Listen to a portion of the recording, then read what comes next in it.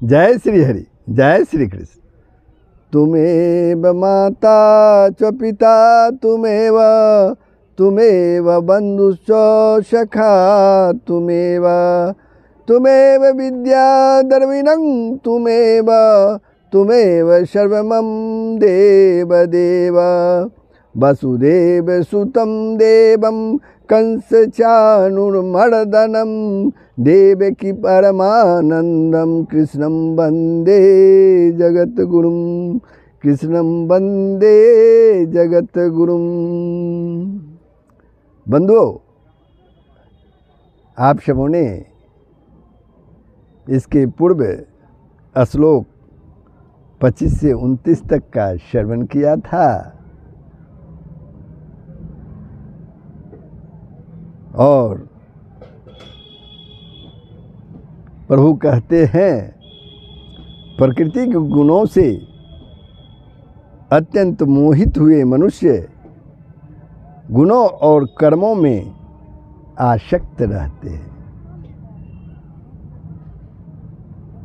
अर्जुन की प्रार्थना के अनुसार भगवान ने उसे एक निश्चित कल्याणकारक साधन बतलाने के उद्देश्य से चौथे श्लोक से लेकर यहाँ तक के श्लोक में यानी 29वें श्लोक में यह बात सिद्ध की है कि मनुष्य किसी भी स्थिति में क्यों न हो उसे अपने वर्ण, आश्रम, स्वभाव और परिस्थिति के अनुरूप शास्त्र में जो विहित कर्म लिखित है वो कर्म करते ही रहना चाहिए।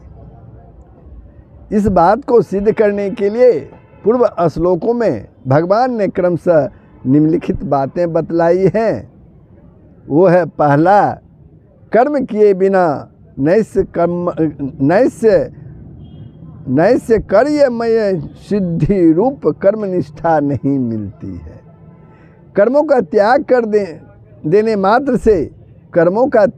देने मात्र से ज्ञान निष्ठा सिद्ध नहीं होती। एक क्षण के लिए भी मनुष्य सर्वथा कर्म किए बिना नहीं रह सकता। बाहर से कर्मों का त्याग करके मन में विषयों का चिंतन करते रहना मिथ्याचार है। मन इंद्रियों को बस में करके निष्काम भाव से कर्म करने वाला श्रेष्ठ है। कर्म न करने की अपेक्षा कर्म करना श्रेष्ठ है। बिना कर्म किए शरीर निर्वाह भी नहीं हो सकता है। जग के लिए किए जाने वाले कर्म बंधन करने वाले नहीं बल्कि मुक्ति के कारण है। कर्म करने के लिए प्रजापति की आज्ञा है और निस्वार्थ भाव से उसका पालन करने से श्रेय की प्राप्ति होती है। कर्तव्य का पालन किए बिना भोगों का उपभोग करने वाला मनुष्य चोर है। कर्तव्य का पालन किए बिना जो भोग का उपभोग करते हैं वह मनुष्य चोर है। कर्तव्य पालन करके जग शेष से शरीर निर्वाह के लिए भोजन आदि करने वाला सब पापों से छूट जाता है। जो यज्ञ आदि न करके केवल शरीर पालन के लिए ही भोजन पकाता है वह पापी है। कर्तव्य कर्म के त्याग द्वारा सृष्टि चक्र में बाधा पहुंचाने वाले मनुष्य का जीवन व्यर्थ और पापमय है। अनासक्त भाव से कर्म करने से परमात्मा की प्राप्ति होती है। अनासक्त भाव से आप कर्म कीजिए तो ही परमात्मा की प्राप्ति होती है। 15वां जो है, पूर्व काल में जनकादि ने भी कर्मों द्वारा सिद्धि प्राप्त की है। पूर्व काल के जो ज्ञानी पुरुष थे वो सिद्धि प्राप्त किए, जनक वगैरह जितने भी थे। दूसरे मनुष्य श्रेष्ठ महापुरुष का अनुकरण करते हैं। श्रेष्ठ महापुरुष का अनुकरण करते हैं, उनके बताए हुए बात पर चलते हैं। इसलिए श्रेष्ठ महापुरुष को कर्म करना ही चाहिए। श्रेष्ठ महापुरुष को कर्म करना चाहिए। भगवान को कुछ भी कर्तव्य नहीं है, भगवान का कुछ भी कर्तव्य नहीं है, तो भी वे लोक संग्रह के लिए कर्म करते हैं। ज्ञानी के लिए कोई कर्तव्य नहीं है, तो भी उसे लोक संग्रह के लिए कर्म करना चाहिए, उसे भी लोक संग्रह के लिए कर्म करना चाहिए। ज्ञानी को स्वयं विहित कर्मों का त्याग करके या कर्म त्याग का उपदेश देकर किसी प्रकार भी लोगों को कर्तव्य कर्म से विचलित न करना चाहिए, वरना स्वयं कर्म करना और दूसरों से करवाना चाहिए। ज्ञानी महापुरुष को उचित है कि विहित कर्मों का स्वरूपतः त्याग करने का उपदेश देकर कर्मासक्त मनुष्यों को वो विचलित न करे। इस प्रकार कर्मों की आवश्यक कर्तव्यता का प्रतिपादन करके अब भगवान अर्जुन की दूसरे श्लोक में की हुई प्रार्थना के अनुसार उस परम कल्याण की प्राप्ति एकांतिक और सर्वश्रेष्ठ निश्चित साधन बतलाते हुए युद्ध के लिए आज्ञा देते हैं। तो प्रभु श्लोक 30 प्रारंभ हो। प्रभु तो युद्ध के लिए आज्ञा दिए अर्जुन को, तो अब आगे के श्लोक में आप जानेंगे। प्रभु श्लोक प्रारंभ हो, उसके पूर्व निवेदन है कि यदि आपने वीडियो को सब्सक्राइब नहीं किया है तो अवश्य सब्सक्राइब कर देंगे, बेल आइकन को दबा देंगे, कमेंट करेंगे, शेयर करेंगे, लाइक करेंगे। जय श्री राम, जय श्री हरि। तो श्रीमद् भगवद गीता के तृतीय अध्याय के श्लोक 30 आप श्रवण करें। मयि सर्वाणि कर्माणि, मयि सर्वाणि कर्माणि सन्न्यस्याध्यात्म चेतसः निराशीर्निर्ममो भूत्वा युधस्व विगत ज्वरः। मयि सर्वाणि कर्माणि, मयि सर्वाणि कर्माणि सन्न्यस्य अध्यात्म चेतसः निराशी निर्ममः भूत्वा युधस्व विगत ज्वरः, विगत ज्वरः। मुझ अंतर्यामी परमात्मा में लगे हुए चित्त द्वारा, मन द्वारा संपूर्ण कर्मों को मुझ में अर्पण करके आशा रहित, ममता रहित और संताप रहित होकर युद्ध कर। प्रभु श्री कृष्ण कहते हैं, क्या कहते हैं? मुझ अंतर्यामी परमात्मा में लगे हुए चित्त द्वारा, मन द्वारा संपूर्ण कर्मों को मुझ में अर्पण करके आशा रहित, ममता रहित और संताप रहित होकर तुम युद्ध कर अर्जुन। अब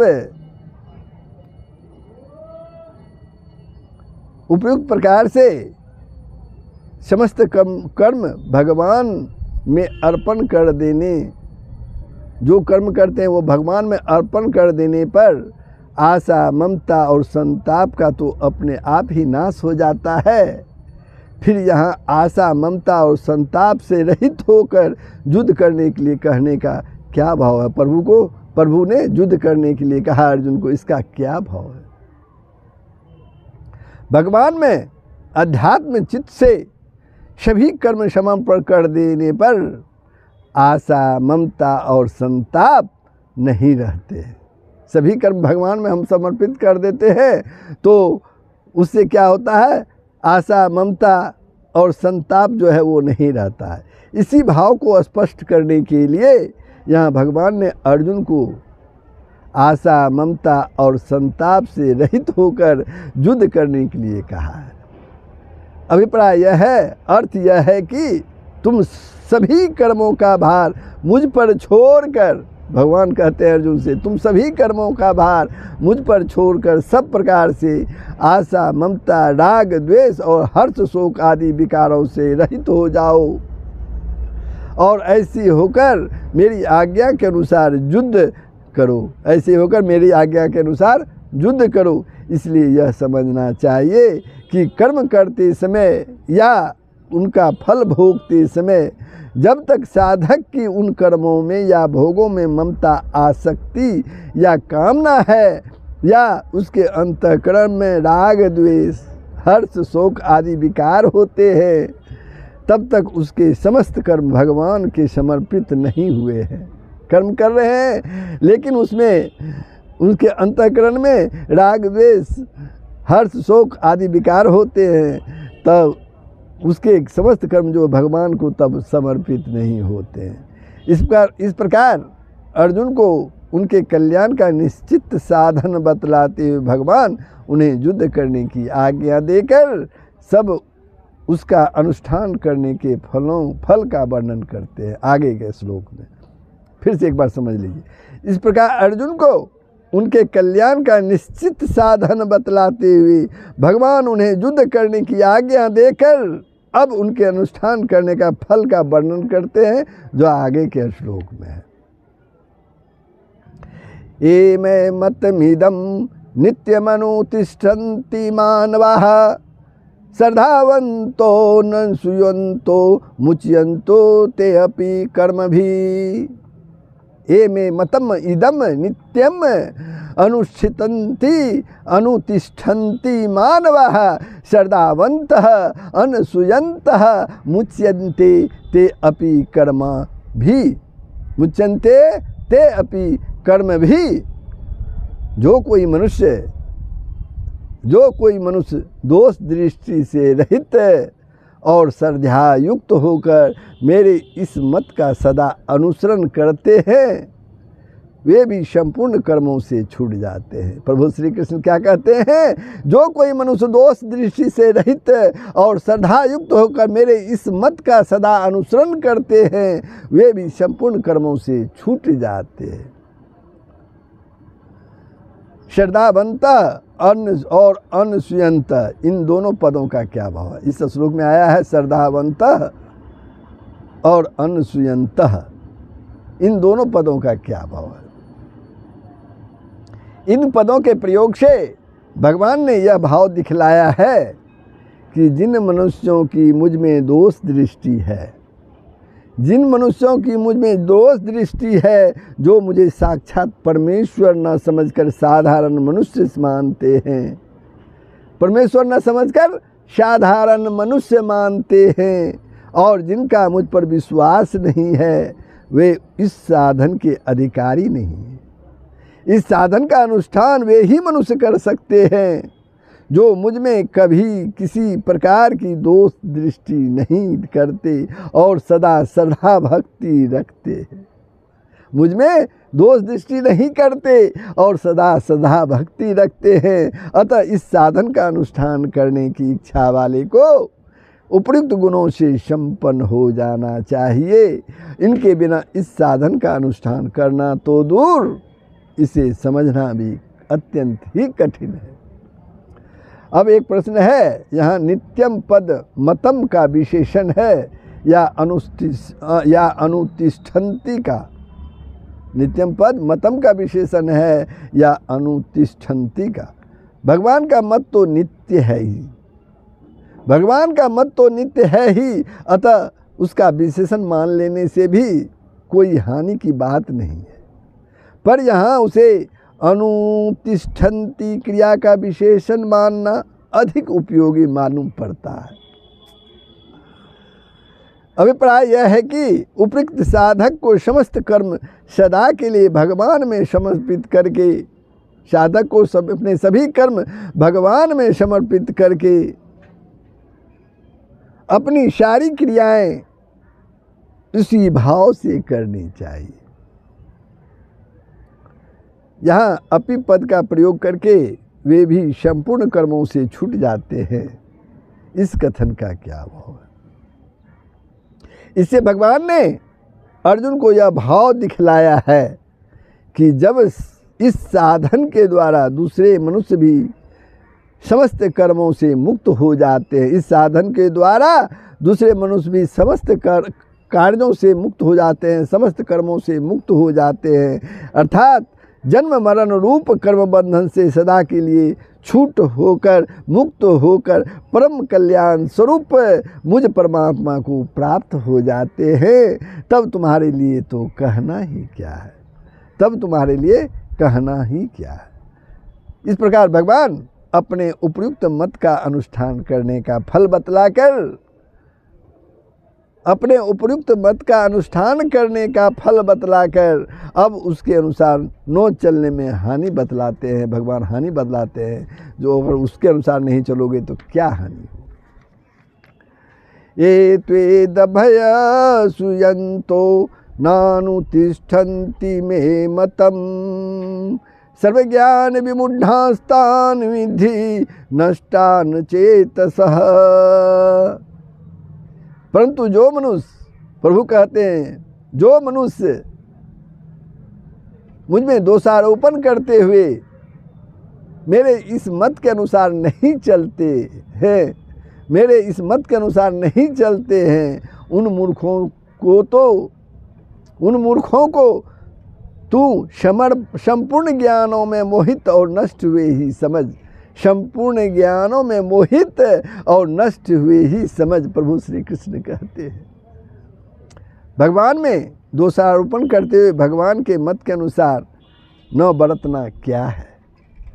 भगवान में दोषारोपण करते हुए भगवान के मत के अनुसार न बरतना क्या है। अब इसका उत्तर जान लीजिए, भाव जान लीजिए। भगवान को साधारण मनुष्य समझकर, भगवान को साधारण मनुष्य समझकर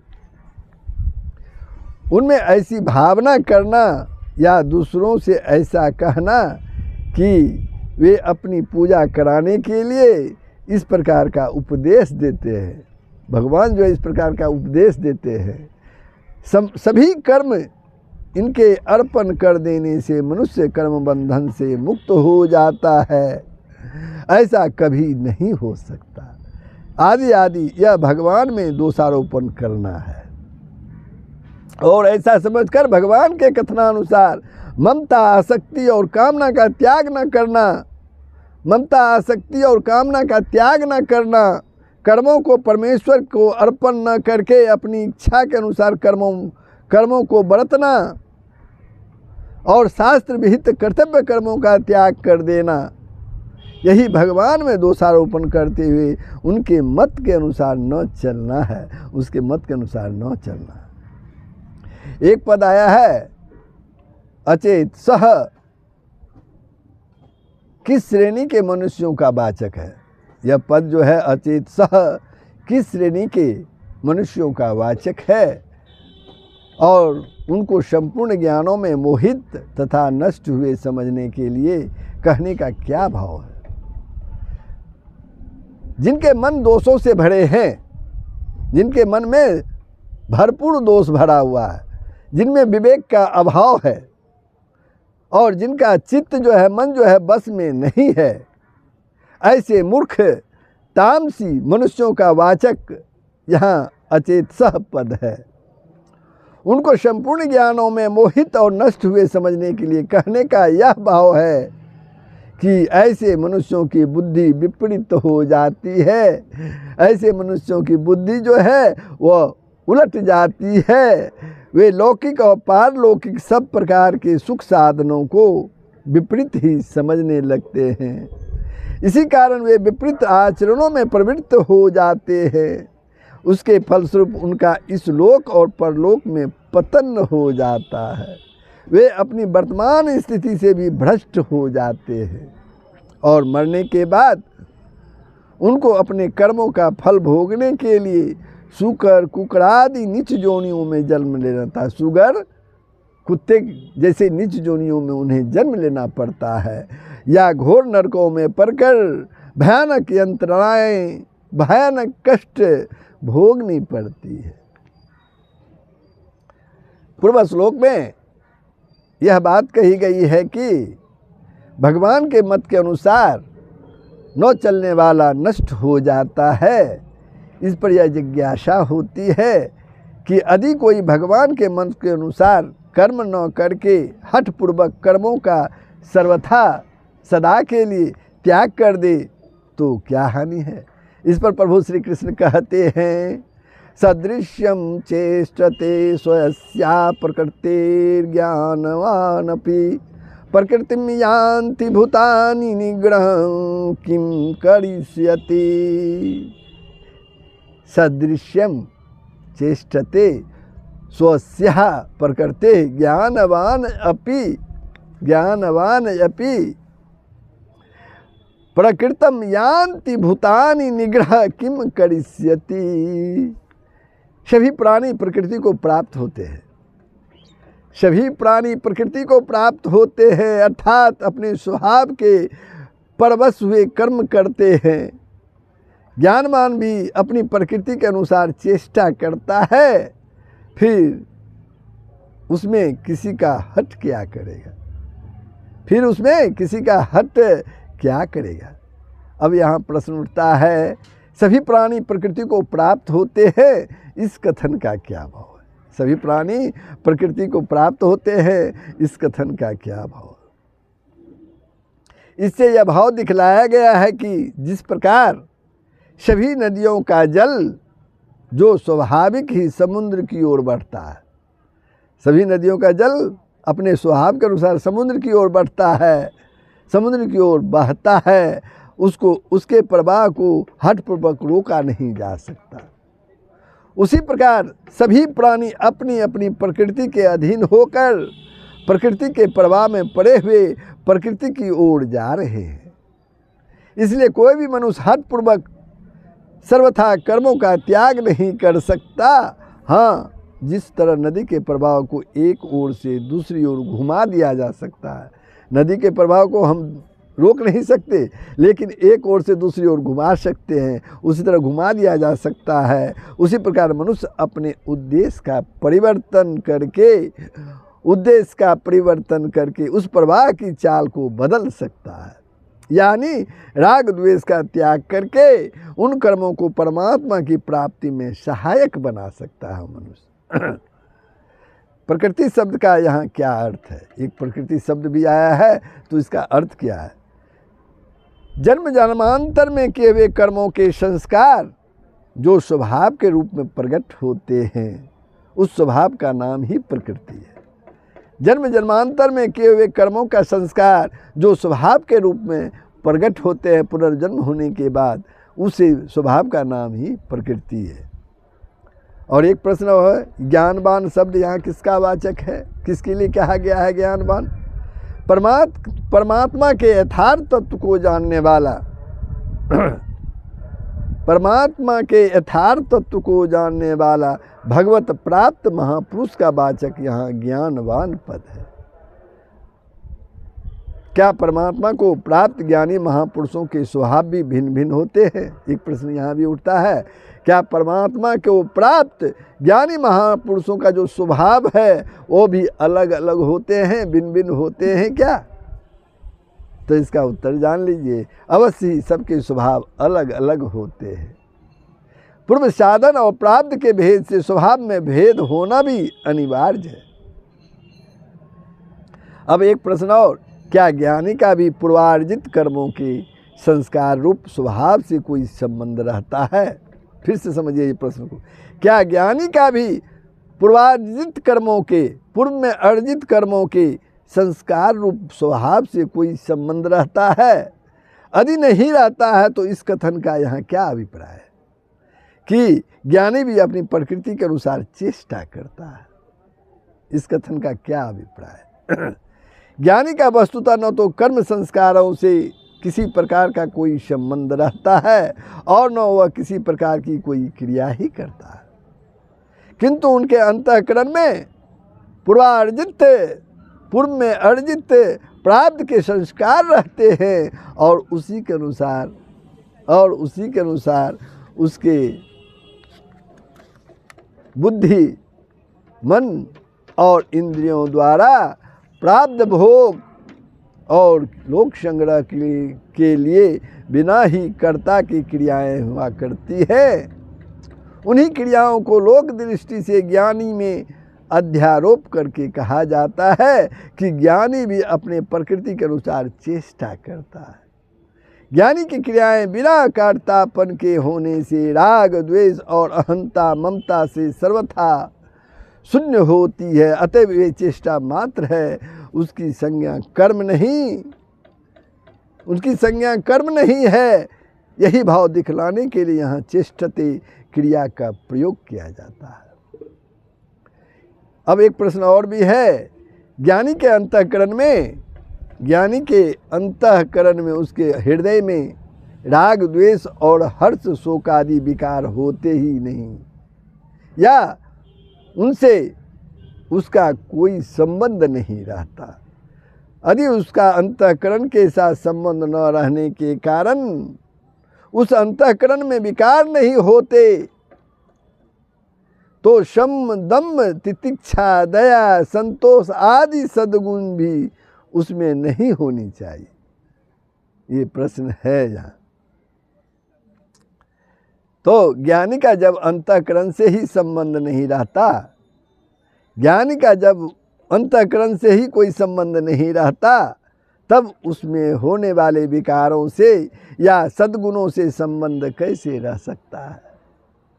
किंतु उसका अंतःकरण भी अत्यंत पवित्र हो जाता है, उसके अंतःकरण जो है अत्यंत पवित्र हो जाता है। निरंतर लगातार परमात्मा के स्वरूप का चिंतन करते करते जब अंतःकरण में मल विक्षेप और आवरण, इन तीनों दोषों का सर्वथा अभाव हो जाता है, ये तीनों दोष सदा के लिए छूट जाता है, ये तीनों दोष सदा के लिए छूट जाता है, तभी साधक को परमात्मा की प्राप्ति होती है। इस कारण उस अंतःकरण में अविद्या मूलक अहंता ममता राग द्वेष हर्ष शोक दंभ कपट काम क्रोध लोभ मोह आदि विकार नहीं रह सकते, इनका उनमें सर्वथा अभाव हो जाता है। अतएव ज्ञानी महात्मा पुरुष के उस अत्यंत निर्मल और परम पवित्र अंतःकरण में केवल क्षमता संतोष दया क्षमा निष्प्रियता शांति आदि सद्गुणों की स्वाभाविक स्फुरना होती है, और उन्हीं के अनुसार लोक संग्रह के लिए उनके मन इंद्रिय और शरीर द्वारा शास्त्र विहित कर्म किए जाते हैं। दुर्गुण और दुराचारों का उनमें अत्यंत ही अभाव हो जाता है। एक प्रश्न और है, इतिहास और पुराणों की कथाओं में ऐसे बहुत से प्रसंग आते हैं जिनमें ज्ञानी सिद्ध महापुरुषों के अंतःकरण में भी काम क्रोध आदि दुर्गुणों का प्रादुर्भाव उत्पन्न और इंद्रियों द्वारा उनके अनुसार क्रियाओं का होना सिद्ध होता है। इस विषय में क्या समझना चाहिए? कहने का तात्पर्य है, इतिहास और पुराणों की कथाओं में ऐसे बहुत से प्रसंग आए हैं जिसमें ज्ञानी सिद्ध महापुरुषों के अंतःकरण में भी काम क्रोध आदि दुर्गुणों का जन्म और इंद्रियों द्वारा उनके अनुसार क्रियाओं का होना सिद्ध होता है। इस विषय में क्या समझना चाहिए? उदाहरण की अपेक्षा विधि वाक्य बलवान है, और विधि वाक्य से भी निषेध परक वाक्य अधिक बलवान है। इसके सिवा इतिहास पुराणों की कथाओं में जो उदाहरण मिलते हैं उनका रहस्य ठीक ठीक समझ में आना कठिन भी है। इसलिए यही मानना उचित है कि यदि किसी के अंतःकरण में सचमुच काम क्रोध आदि दुर्गुणों का प्रादुर्भाव हुआ है, जन्म लिया है और उसके अनुसार क्रिया हुई हो, तब तो वह भगवत प्राप्त ज्ञानी महात्मा ही नहीं है, तब तो वह भगवत प्राप्त प्राणी महात्मा नहीं है। क्योंकि शास्त्रों में कहीं भी ऐसे विधि वाक्य नहीं मिलते जिनके बल पर ज्ञानी महात्मा में काम क्रोध आदि अवगुणों का होना सिद्ध होता है, बल्कि उनके निषेध की बात जगह जगह आई है। गीता में भी जहाँ जहाँ महापुरुषों के लक्षण बतलाए गए हैं उनमें राग द्वेष और काम क्रोध आदि दुर्गुण और दुराचारों का सर्वथा अभाव बतलाया गया। हाँ, यदि लोक संग्रह के लिए आवश्यक होने पर उन्होंने स्वांग की भांति ऐसी चेष्टा की हो तो उसकी गणना अवश्य ही दोषों में नहीं है, उसकी गणना अवश्य ही दोषों में नहीं है। फिर इसमें किसी का हट क्या करेगा? एक प्रश्न उठता है, फिर इसमें किसी का हट क्या करेगा? इस कथन का क्या भाव? इससे यही भाव दिखलाया गया है कि कोई भी मनुष्य हठपूर्वक क्षण मात्र भी कर्म किए बिना नहीं रह सकता। कोई भी मनुष्य हठपूर्वक भी क्षण मात्र भी कोई कर्म किए बिना नहीं रह सकता। प्रकृति उसे जबरदस्ती कर्म करा लेगी। मनुष्य को विहित कर्म का त्याग करके कर्म बंधन से छूटने का आग्रह न रखकर स्वभाव नियत कर्म करते हुए भी कर्म बंधन से छूटने का उपाय करना चाहिए। उसी में मनुष्य सफल हो सकता है, उसी में मनुष्य सफल हो सकता है। विहित कर्मों के त्याग से तो वह स्वेच्छाचारी होकर उल्टा पहले से भी अधिक कर्म बंधन में जकड़ा जाता है और उसका पतन हो जाता है। एक प्रश्न और है यहाँ, यदि सबको प्रकृति के अनुसार कर्म करने ही पड़ते हैं, मनुष्य की कुछ भी स्वतंत्रता नहीं है, तो फिर विधि निषेधात्मक शास्त्र का क्या उपयोग है। स्वभाव के अनुसार मनुष्य को शुभाशुभ कर्म करने ही पड़ेंगे। स्वभाव के अनुसार मनुष्य को शुभाशुभ कर्म करने ही पड़ेंगे और उन्हीं के अनुसार उसकी प्रकृति बनती जाएगी। ऐसी अवस्था में मनुष्य का उत्थान कैसे हो सकता है, इसका भाव समझ लीजिए। शास्त्र विरुद्ध असत्य कर्म होते हैं राग द्वेष आदि के कारण, और शास्त्र विहित सत्कर्मों के आचरण में श्रद्धा भक्ति आदि सद्गुण जो है वे प्रधान कारण हैं।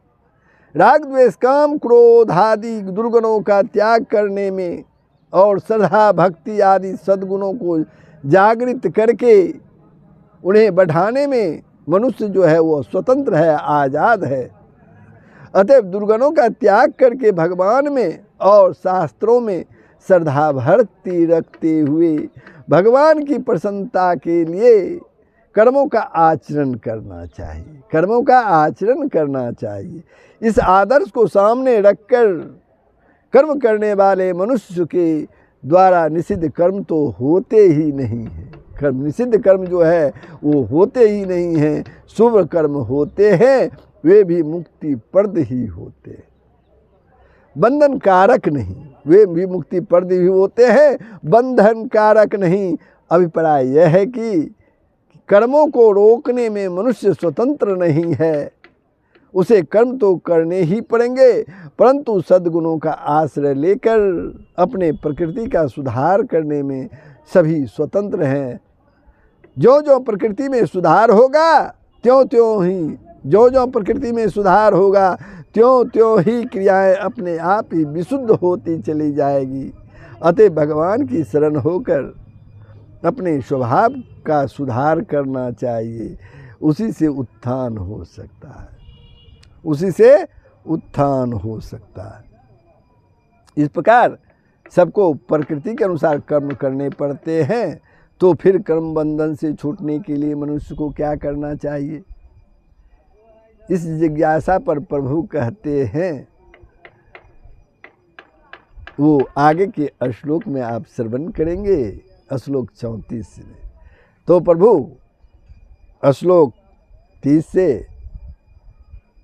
33 तक का मैंने वाचन किया श्रीमद् भगवद गीता के 3रे अध्याय का। ये प्रसंग कैसा लगा आप कमेंट के माध्यम से बतलाएंगे। यदि आपने वीडियो को सब्सक्राइब नहीं किया है तो अवश्य ही सब्सक्राइब कर देंगे, बेल आइकन को दबा देंगे, शेयर करेंगे, लाइक करेंगे। जय श्री हरि। सबका कल्याण हो, पूरे विश्व का कल्याण हो, यही सनातन धर्म का मूल तत्व है। जय श्री हरि।